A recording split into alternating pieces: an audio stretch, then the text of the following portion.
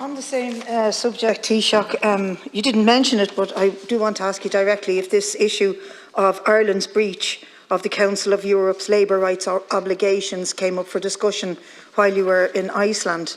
And I think there'd be thousands of people very interested to know, was that the case? There are about 34,000 workers paid sub-minimum wage rates in this state, and half of them are young workers.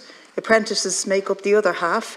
And they earn as low, and many people don't know this, I was talking to journalists today, no idea that under 20 there are 3 different minimum wage rates that fall well short of anything that could give people a standard of living to be able to buy things, pay rent, go on buses and all the rest of it.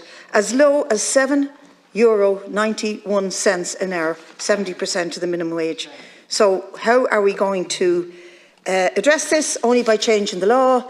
And our bill tomorrow morning will attempt to do that, and we'll see which way you vote tomorrow night. And please don't put in an amendment that will say we'll kick this down the road for another year. I think there may not be much more than a year left in this term of office for you, but I think people are getting sick of things being kicked down the road. We need to deal with them and deal them now. This is people's everyday living standards. Young people should not be discriminated against.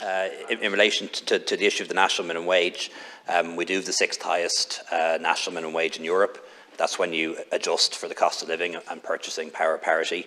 The increase this year is 7.8%, ahead of the rate of inflation projected for this year.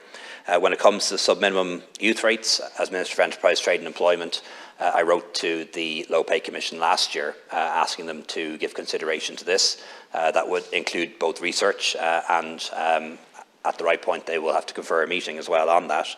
We would expect their advice this year and to be in a position to make a decision on it before changes come into place in January next year. So certainly one way or another a decision will be made on this definitely in the term of this government. The matter wasn't raised with me in Iceland.